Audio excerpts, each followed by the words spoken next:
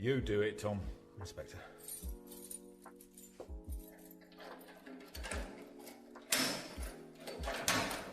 What now? Stand up, please, Mr. Ferrers. Oh, Mr. Ferrers, is it? That's more like it. Are you going to be polite to me too, Lestrade? Not from choice, I'm not, no. Well, there's a surprise. What do you want? You're free to go, sir.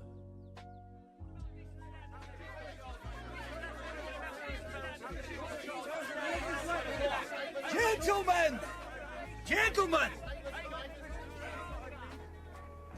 As I have said all through this sorry affair, I am a benefactor, not a murderer. But who do you think killed Mr. Radcliffe? That's all, thank you, gentlemen. Alice?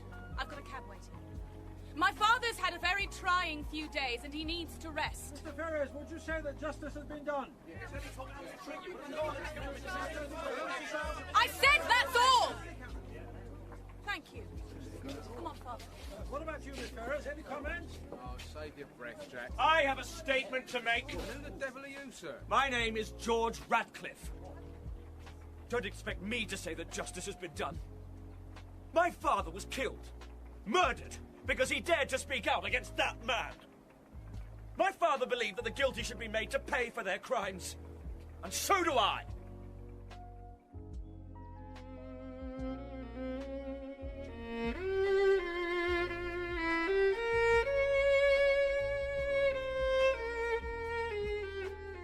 The Ferrers Documents by Bert Coules, with Clive Merrison as Sherlock Holmes and Andrew Sachs as Dr. John Watson, and featuring Stephen Thorne as Inspector Lestrade and Thomas Arnold as Constable Dawkins. The Ferrers Documents.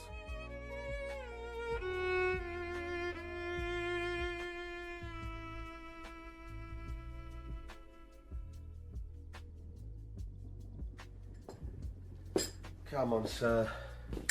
Chin up. Damn it, Tom. Years I've been after that man. I really thought this time... You'll get your chance. Here. Thanks. Oh, I hope you're right. Well, maybe you are. Never say die, eh? That's the spirit, sir. Never say die.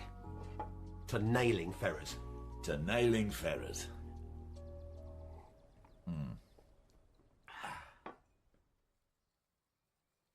Mr. Holmes, I assume you're familiar with the circumstances of my husband's death.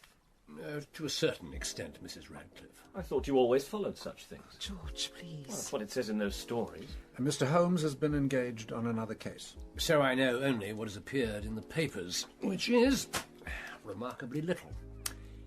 In the early hours of the morning, just over a week ago, as your husband was returning from a public meeting in Aldgate, he was attacked in the street and fatally stabbed. Yes. You have our sympathies, both of you. Thank you, Doctor.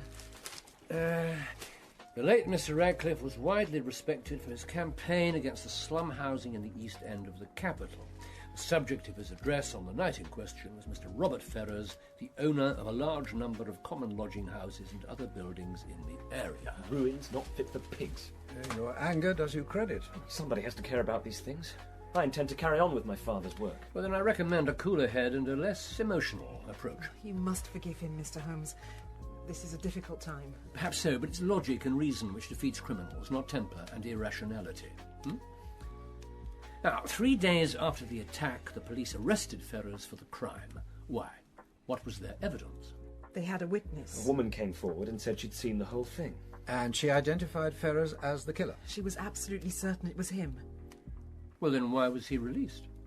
The woman disappeared. And it's not hard to work out what happened to her, is it? One doesn't have to be Sherlock Holmes. Ferris had her killed too. Mr. Radcliffe, anything said in this room remains confidential, but I strongly advise you not to make statements like that in public. Do the police believe she's dead? No. According to Mr. Lestrade, they're still searching for her. But I could see in his eyes that he thinks it's hopeless. Because the woman is a prostitute. How could you possibly know that? No respectable female would be out alone at that hour and in that place. Therefore, she was not a respectable female. So, no fixed address, and probably using an assumed name. impossible to trace. Ferris found her easily enough. Or his thugs did. Or she simply thought twice about testifying and decided to change her name again and disappear. Whatever the facts, without her testimony, Lestrade evidently has nothing. And so my father's killer walks free. Will you take our case, sir? An unremarkable murder. For God's sake! Well, I state the facts. A crime with no singularity, no distinguishing features, in an area noted for petty assaults.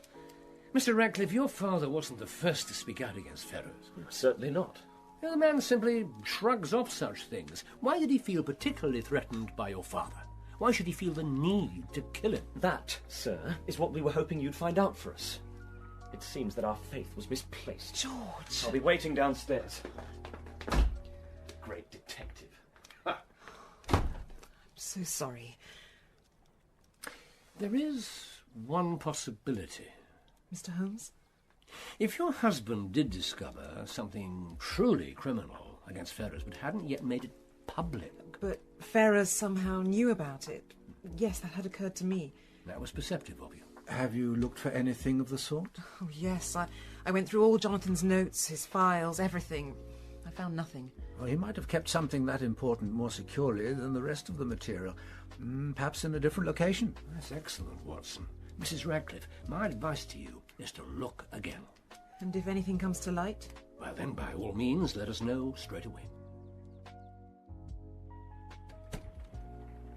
Well, is he going to help us?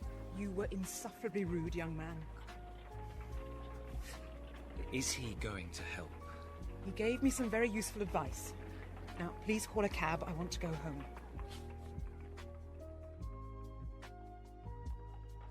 Oh, there they go. Poor woman. What about that prostitute, huh?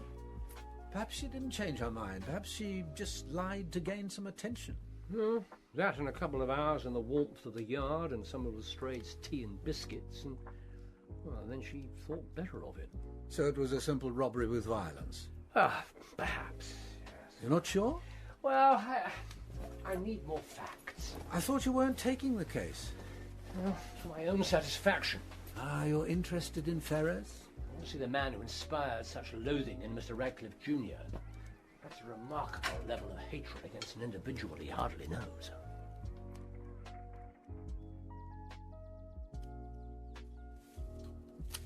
Thank you for agreeing to see me. Why should I not? I've nothing to hide. An impressive display. You didn't come here to talk about my orchids, Mr. Holmes. No. Then let's get on with it. You've been asked to inquire into the death of Mr. Jonathan Radcliffe, probably by his widow, and you've come to see if I look like a murderer. It's my experience, Mr. Ferrers, that murderers look exactly the same as everyone else. What then? Did you propose to ask me if I killed him? Did you? No, sir, I did not. I regret his death. As far as I could see, he was a good man, sincere, but like so many good men, he was also naive. Are you familiar with the poorer parts of this city? Intimately. Then you know that those wretched people can be helped only one step at a time. Their most urgent needs are for shelter, beds, and enough food to keep them from starving. I provide the first two at a price which allows them to afford the third, and I'm pilloried for it by do-gooders who want to see the entire population of the East End housed in the Savoy by this time next week. Yes. Excuse me, Father. Mr. Holmes, I'm sorry, I've only just been told you were here. Good afternoon, Miss Ferrers. May I order you some tea? Thank you, no. Stop fussing, girl. Leave us. In a moment. Mr. Holmes. I told you to leave us. When I've had my say. Mr. Holmes, my father isn't well. Please don't exhaust him. You may rest assured of that. Thank you, sir. I'll be close by if you should need me. She seems to think I'm made of eggshells. Well, Mr. Holmes, have you learned enough? Yes, Mr. Ferrers.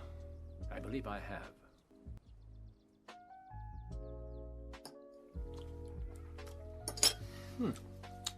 Are you sure you won't have some more? To be truthful, I don't have much of an appetite. Well, I won't save the London poor by going without yourself.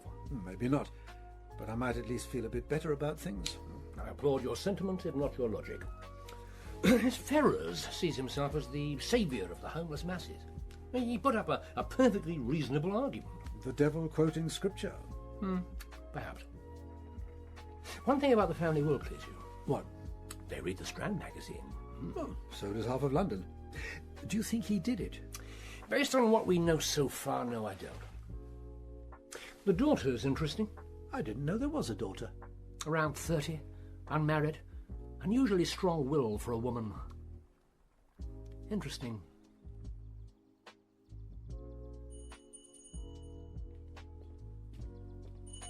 It's all right, Sarah, I'll get it.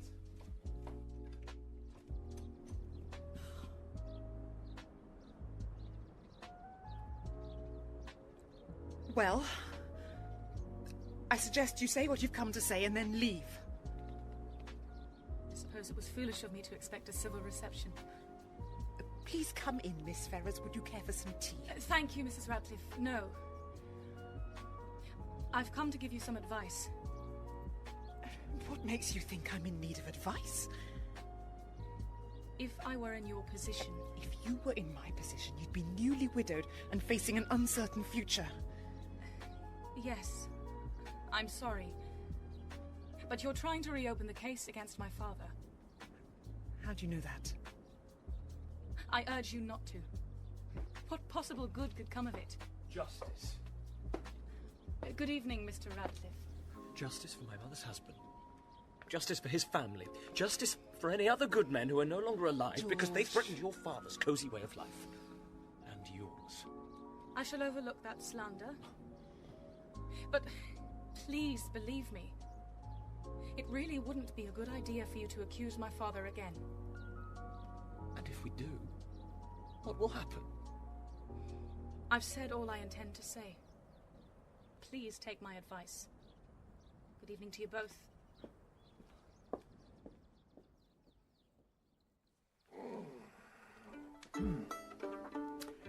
Will you tell Mrs. Radcliffe that you spoke to Ferrers? Only if she finds something that incriminates him. Do you think she will? No. I believe we've heard the last of this whole affair. Yes, I think you're right. Oh, I'm going to bed. I shan't disturb you. No, of course not. Good night. Good night.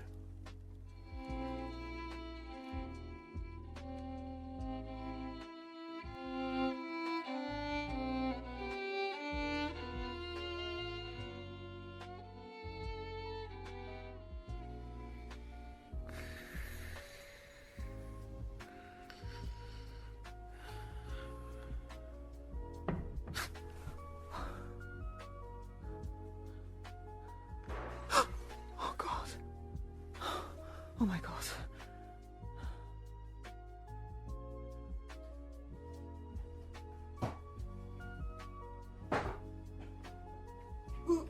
Who's in there? Answer me.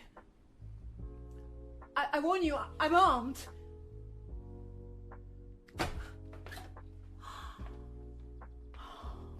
Hello, Mother. What in the world do you think you're doing? I'd have thought that was obvious. I'm taking that man's useful advice. I'm looking for whatever it was that Father discovered. This time in the morning? Are you insane? So everyone seems to think. Why are you wearing a coat? Have you been out? Oh, very good. Yes, I've been out and about. You're drunk. Look at the state of you. What have you been doing? Don't question me, Mother. I'm the head of the house now, you know. Georgie. Don't call me that. I'm not a child anymore. I'm going to bed.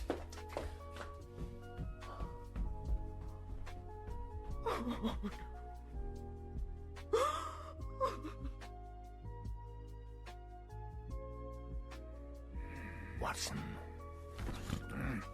wake up.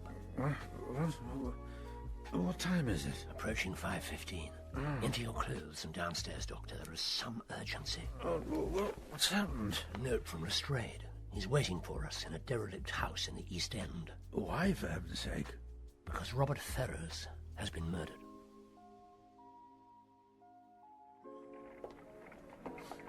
Good morning, Lestrade. Mr. Holmes, Doctor. Inspector. I appreciate your sending for me. The daughter told me you'd been round there asking questions. I want to know exactly how you're involved. I'll be delighted to tell you, but perhaps it can wait.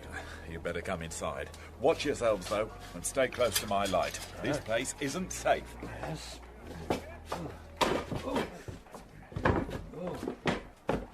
it's a wonder it's still standing. When was the fire? At least 5 years ago from the state of the wood. 6. Nasty affair. Lot of deaths. 13 families wiped out. And that wasn't all. It's in here, gentlemen, and it isn't pleasant. Oh. That's a savage attack. I can't be sure in this light, but I think there's at least 20 separate stab wounds. May I have the lantern? Here. Thank you. Thank you. Now, you two wait here, please. Oh. Who found the body? An old woman. Lives rough here. Who else has been in this room since the murder? Her, the constable she called, me, and Dawkins. Dawkins? Oh, me, Doctor. Detective Constable Tom Dawkins. Good morning. Good morning. I've got the men out knocking on doors, sir, see if anyone heard anything. Good lad. It's an honour to meet you, Mr. Holmes. I've studied all your cases in the Strand. I hope you can tell fact from fiction. Nothing fictional about that body. Oh, I didn't want this. I wanted to nail Ferris fair and square. For the state of his buildings? Well, that's part of it. Some of them are death traps. Well, just look around. Oh, this was one of his. It's what they call poetic justice, isn't it? But it's not just the buildings, it's what goes on in them. If you were a villain looking for a hideaway or a place to stash loot, Ferris was your man. How is it you never put him away? He was clever, Doctor. Always managed to stay one step in front of the law. Well, you've got him now, however it happened. Oh, how it happens, plain enough. Someone lured him here, or forced him here, one of the two, then just went for him. Well, there must have been quite a struggle. Now, that's the odd thing. What is? The fact that there are no signs of any sort of fight. Strange, isn't it, sir? First thing I noticed. Excellent. Have you nearly finished here, Lestrade? Just waiting for the cart to move the body. Then we'll see you back at the yard. Watson? Yes.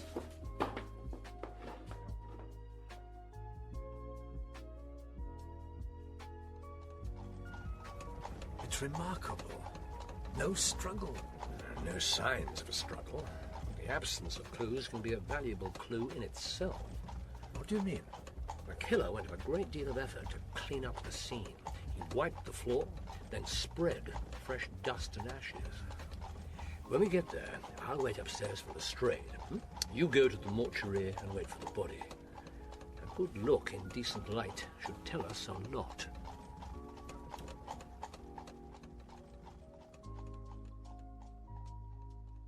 Right then, Doctor. Good God. Yes. I couldn't see him this clearly at the scene. We're looking for a madman. Quite a wide blade. Double-edged. That's odd. What is? Well, look there. And there. Actually, it's on almost all the wounds. You see? There, that mark. Sort of square indentation at one end of the cut. You're right, sir. What does it mean? I'm not sure. But it's unusual. And anything unusual is valuable.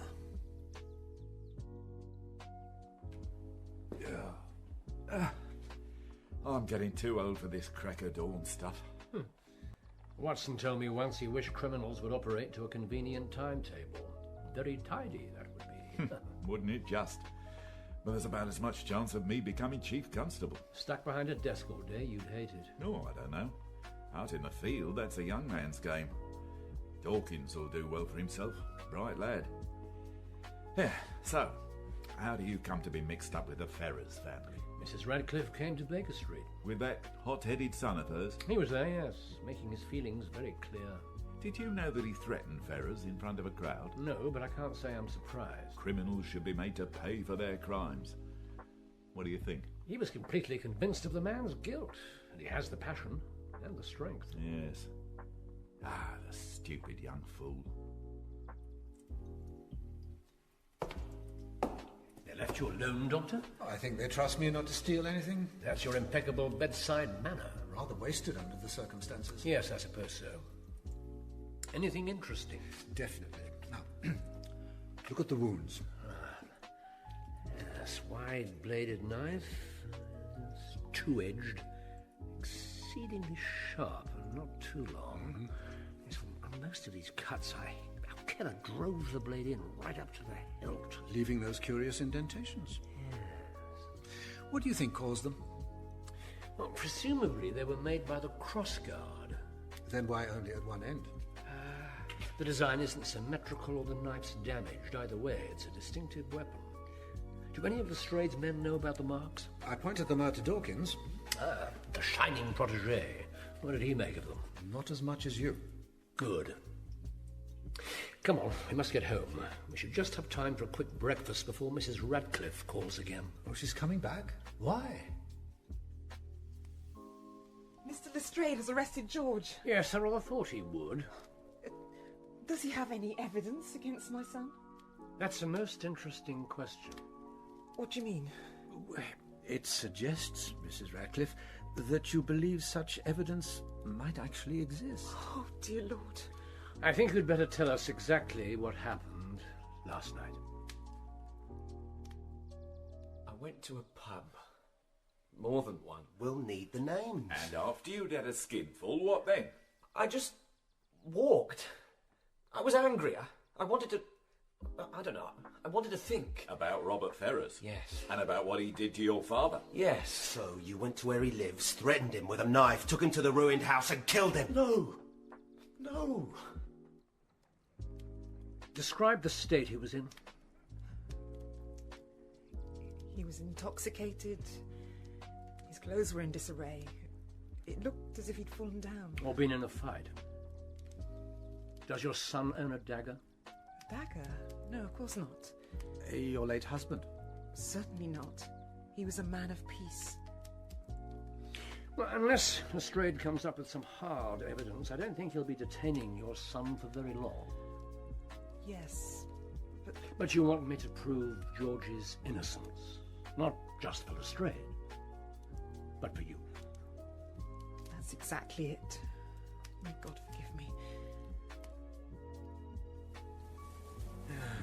Why are we back here? I wanted a more leisurely look round in better light.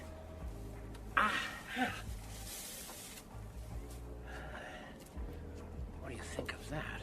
Well, there are broken bits of wood all over this side. No, not like this one. Look at this edge.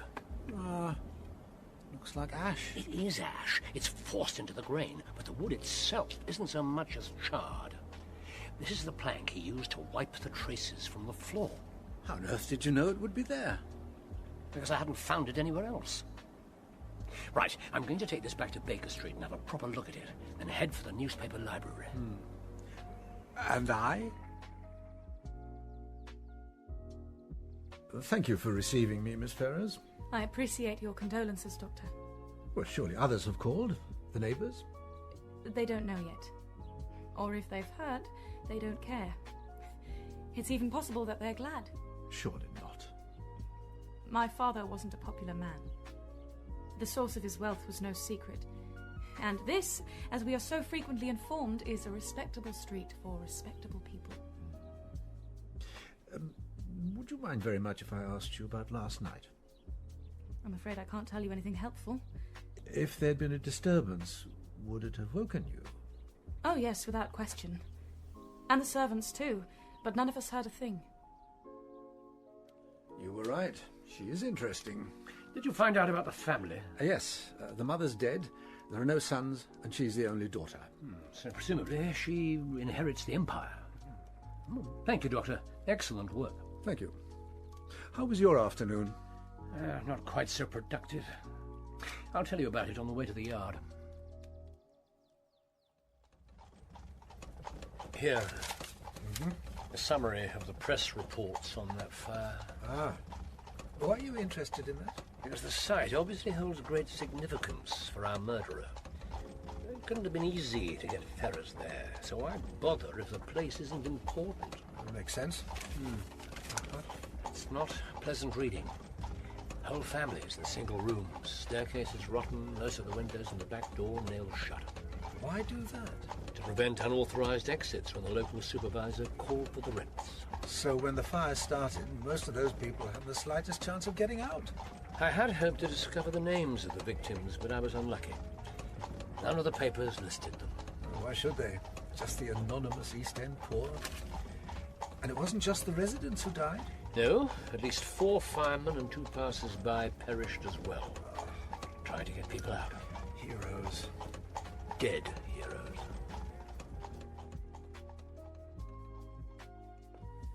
Here you are, Inspector. Thanks, Tom. That's all the top clothes he had on last night. Very good.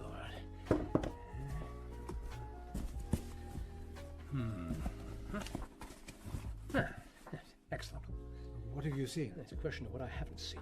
What were you after? A pair of reddish-brown woolen gloves, very slightly damaged between the thumbs and index fingers. I should know better than to ask after all these years. Would you mind telling me why? Because whoever cleaned up the crime scene wore such a pair of gloves. How on earth do you know that, sir? The murderer used an old wooden plank to scrape the ground clear of footmarks. I have that plank at Baker Street. Well, of course you have. When I looked at it through my lens, I found a number of tiny fibres snagged in the wood. Reddish-brown wool in 2 places, some 24 inches apart on one of the long sides. The conclusion's obvious. That's where it was gripped as our killer dragged it across the floor. That's wonderful, Mr. Holmes. Radcliffe threw the gloves away. Why? He'd have no idea how incriminating they were. The fibres are too small to see with the naked eye. Mr. Holmes, are you seriously asking me to release my prime suspect on the strength of something that I can't even see? Yes, I am. I'd be a laughingstock. Inspector, what will it do for your reputation when your second arrest in a row collapses for lack of hard evidence? I can hold the boy for another 24 hours without charging him. And that's what I intend to do. You made a good case for the boy's innocence. Not really. Oh, what do you mean? Well, he could have got rid of the gloves because they were stained with blood or ashes, or simply because they reminded him of what he'd done once he returned to his senses. Will Lestrade think of that? No, I believe he'll release him. That's what I'm hoping for. Because it will please his mother? No, that's not the reason. I'd prefer not to elaborate, just at the present. Somehow I thought you'd say that. So, what now? I'm going to go home and smoke and think. It's at least a 2-pipe problem. Can you entertain yourself until tonight?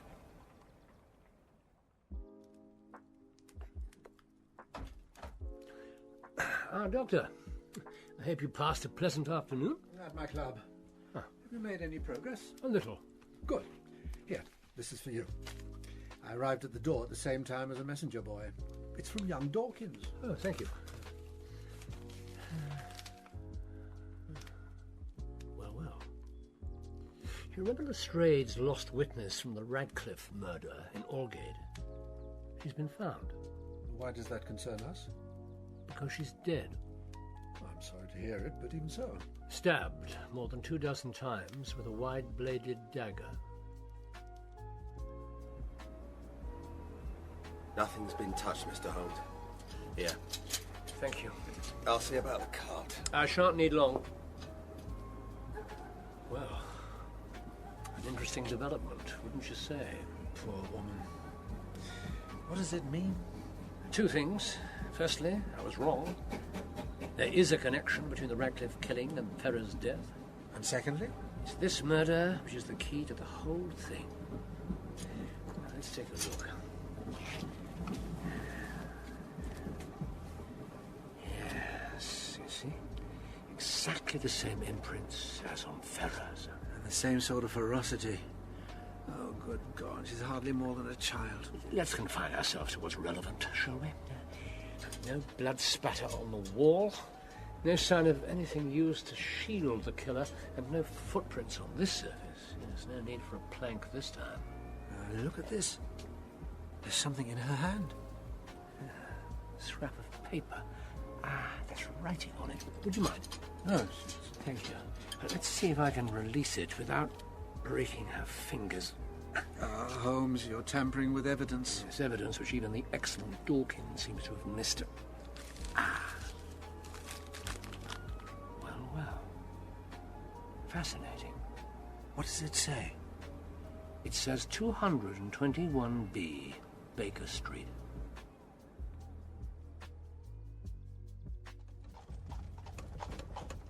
She was coming to us. Someone advised her to see me and gave her the address. If we could discover who it was, we might be able to find out why she was coming. Stop here, please, cabby. Don't wait for me.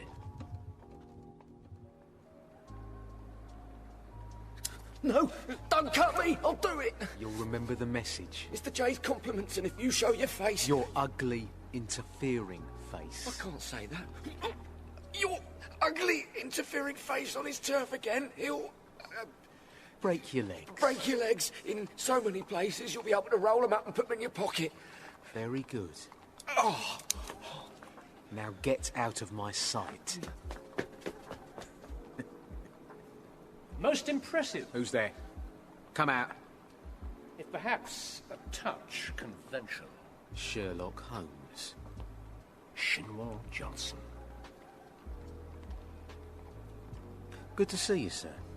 What can I do you for this time? The woman's real name was Catherine Long. She went to Johnson because he has a reputation in the East End for helping anyone in trouble. By sending them to you? Yes, if he thinks their problem will interest me. And what was her problem? She'd been persuaded to give false information to the police about the Radcliffe murder, then threatened with violence if she backed out. Which she did. Brave woman. According to Johnson, the girl was terrified. Absolutely terrified. With good reason, obviously. Did she tell him who was behind it? Unfortunately not. Then we'll never know. Oh, don't be so pessimistic, Doctor. When your road is closed, the logical thing to do is take an alternative route. Get your hat. We're going back to the Radcliffe house.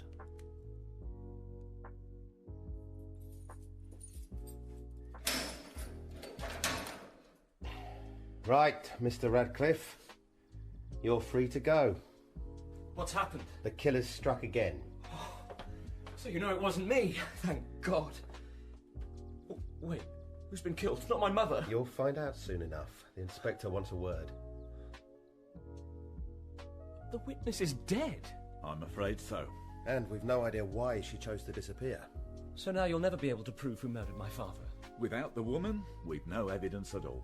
Oh, I wouldn't go so far as to say that. Mr. Holmes? I've just come from your mother's house, Mr. Radcliffe. She was kind enough to let me examine her husband's study. And I found what I expected to find. A hidden compartment in his desk. And in it, this. What is that? The late Mr. Radcliffe's proof that Robert Ferrers was a criminal. So it did exist. Does it say that Father confronted him with it? It says a great many things, some of them extremely unexpected. Your father documented every aspect of Ferrers' life in the most minute detail. A man after my own heart. I'll take that then, please. I'd prefer to hang on to it for now. But it's vital evidence, sir. Yes, which needs a good deal of collating and interpreting. Give me one day, and I'll be able to present you with a whole picture. Mr. Holmes. Lestrade, I'm asking you to trust me. In 24 hours, you'll know everything, and I shall remove myself entirely from the case. All the credit will be yours. I don't know. Dawkins, this doesn't go beyond this room, right? Of course not, sir. Thank you. 24 hours, and for God's sake, don't let that out of your sight. Who else knows about it? I'm the only one who's seen the contents. Its existence is known to us, Mrs. Radcliffe and Watson, and in a few minutes, one other.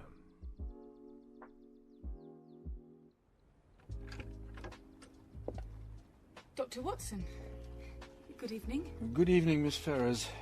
I wonder if I might come in. I've some information I think you should hear.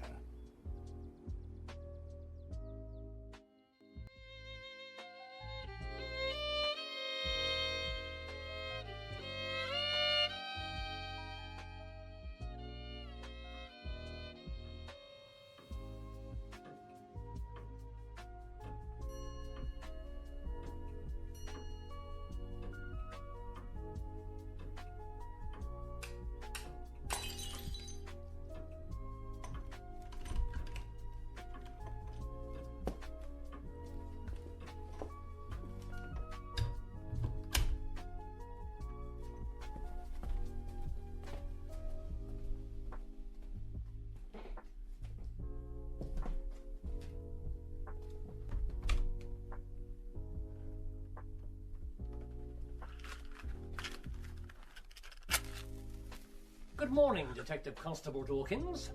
What's on the lights? Oh, no, Get your hands off me! give it up. Dawkins, it's over. I don't think so! Holmes! Dawkins, unless you want a bullet through your brain, I suggest you drop the knife. Drop it! Holmes, are you all right? Yes, I believe it looks worse than it is. Pity. Not a word from you, thank you. Anyway, it's a small price to pay. Look at this dagger.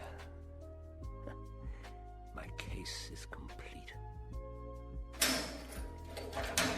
Get in there! Is that any way to treat a prisoner? Shut up, or you'll get a lot worse. Easy, Lestrade. With respect, Doctor, I'll handle this my way. Dawkins, on your feet! Get up. Right. Now we'll do this properly.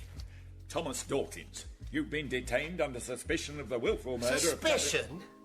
You mean you're not sure? I told you to keep quiet. Lestrade, I suggest you let him talk. And I suggest you listen to Mr. Holmes. Isn't that how you get most of your results? All right. Talk. Just what do you want me to say? For God's sake. Tell us about your father. My father was a great man. A hero. Who died in the line of duty. Was he in the force? No, he was a fireman. He perished trying to rescue survivors from the conflagration in Ferrers' boarding house. And his son has been out for revenge ever since. And proud of it. I've done nothing I'm ashamed of. Good God above. Come on then, Mr. Holmes. Let's have one of your brilliant speeches. Sum up the case, lay out the evidence, confound the guilty. I think he waited patiently for the opportunity to strike at Ferrers, and when Jonathan Radcliffe was killed, and it was just a random attack, Lestrade, nothing more, you saw your chance. The man you hated was an obvious candidate for the murder. All that was needed was some hard evidence. The witness? Did you pay that girl to come forward? Oh, very good. Yes, I did. Paid her well, too, double-crossing drab. But you refused to commit perjury and condemn an innocent man. You call what he did innocent? Can you honestly stand there and tell me that Ferris didn't kill my father? Yes, I can, not according to the law. Then the law's not enough. Perhaps not, but it's the best we've got. And that has to do. You've gone beyond the law before now. I don't recall ever hearing about you being behind bars. I made you release Ferris. What must you have been thinking? But I was tired of waiting. So you went to his house in the early hours and forced him at knife point to get dressed and go with you to the ruin. Why didn't he put up a struggle or call for help? Oh, the man was a coward. A weak coward. He could barely stand, let alone fight. Lestrade, I'll do you a favour. All these years, you've been after the wrong person. Ferrers ran the houses, but it's the daughter who's behind everything else. Oh, he did eventually show some spirit, but he was no match for me. And it was then that your control snapped and you turned into a frenzied killer. Yes. It was one of the most fascinating experiences of my life. It was me, and it wasn't me. It was as if I was standing back, watching myself. I felt like you, Mr. Holmes, observing, noting the evidence. The dust and the ashes showed quite clearly what had happened. So I tidied everything up. What did you do with the gloves? They're burnt now. Thanks for the advice. Until you spoke up, it hadn't occurred to me that they could incriminate me. Seems I've still got a lot to learn. Why did you have to butcher the girl? Because I found out she was going to you two.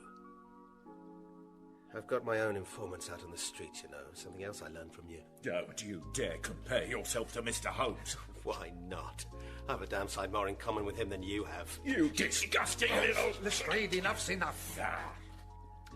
When I discovered Radcliffe's dossier on Ferrers with all its detailed information, you knew there was a good chance that it mentioned your father by name. It was the only thing that linked me to Ferris. So naturally, I had to destroy it. I made a good burglar. Except for the small detail that you walked right into my trap. As I said, still a lot to learn.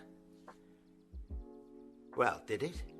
Did it what? Did Radcliffe's evidence implicate me? I brought it along for you, Lestrade. Yeah, see for yourself, Dawkins.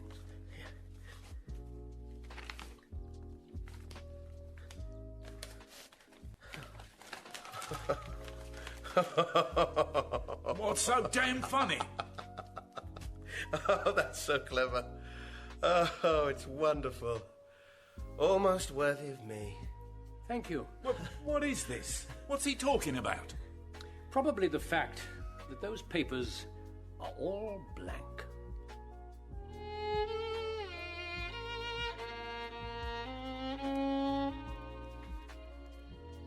How long had you known about Dawkins' father? The name cropped up in one of the newspaper reports. But if you knew about the link, why set that trap? But it might have been pure coincidence. I could have set out as good a case against the Radcliffe boy or the dead man's daughter, come to that.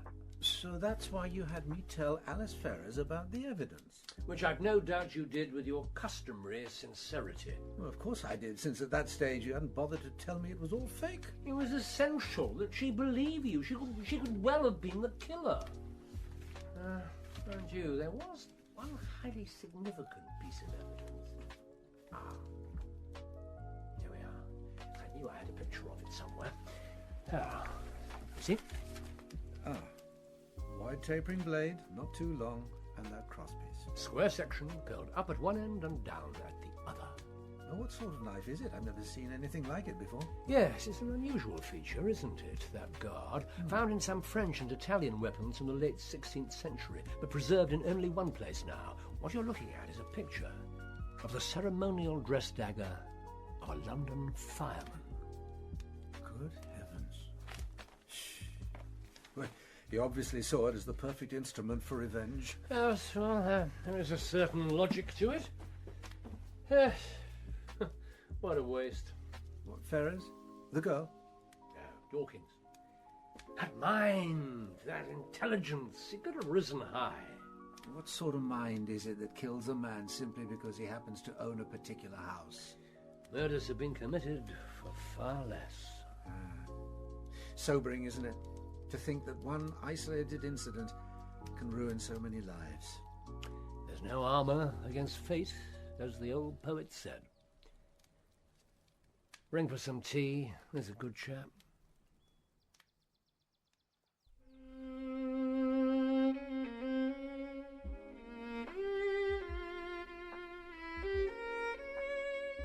In The Ferrers Documents, Sherlock Holmes was played by Clive Merrison and Dr. John Watson by Andrew Sachs. Constable Dawkins was played by Thomas Arnold, Inspector Lestrade by Stephen Thorne, Robert Ferrers by Jonathan Taffler, Alice Ferrers by Donla Hughes, George Radcliffe by Gunnar Corthery, Mrs. Radcliffe by Janice Aqua, and Shinwell Johnson by Dan Starkey. Other parts were played by members of the cast. The violinist was Leonard Friedman.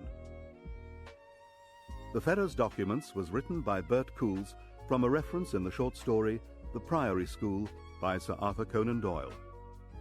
The director was Patrick Rayner.